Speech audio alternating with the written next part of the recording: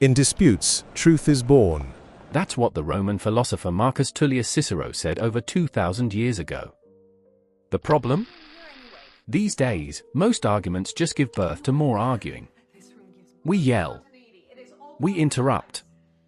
We type in all caps. But what if I told you that winning an argument has almost nothing to do with volume and everything to do with logic? First off, let's be clear.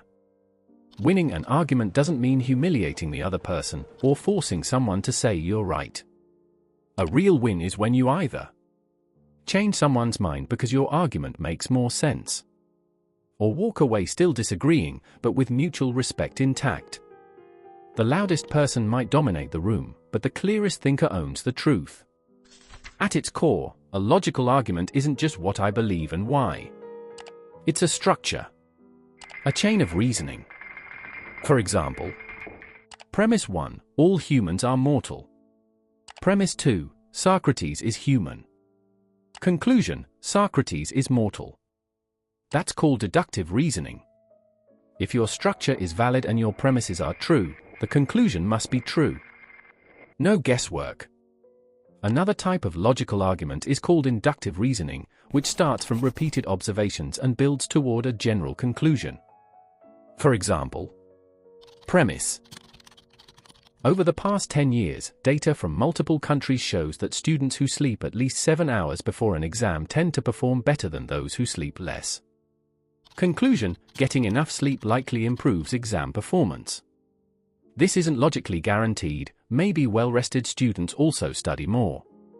But the conclusion is still reasonable, because it's supported by a large number of observations. The conclusion is probable, not absolute. And it's testable, more studies could confirm or challenge it. Now we've seen how good logic works, it's equally important to know what bad logic looks like, because that's where most arguments fall apart. Affirming the consequent. If it's raining, the ground is wet. The ground is wet, so it must be raining. There could be sprinklers. A true result doesn't prove a cause. Denying the antecedent. If I study, I'll pass. I didn't study, so I'll fail. You might still pass another way. Lack of one cause doesn't guarantee failure. Ad hominem. You're wrong because you're uneducated.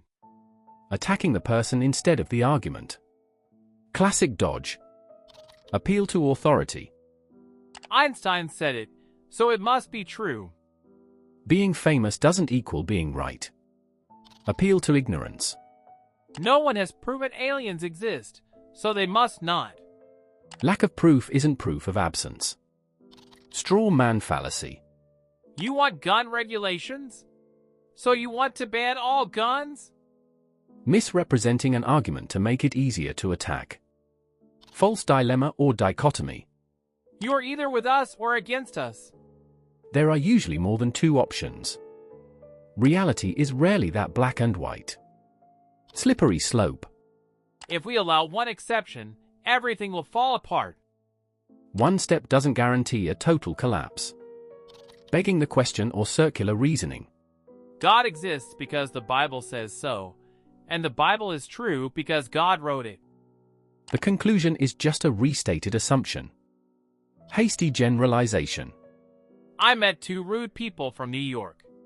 Everyone there is rude. Small sample, big claim. Post hoc. I wore my lucky shirt and we won. The shirt caused the win.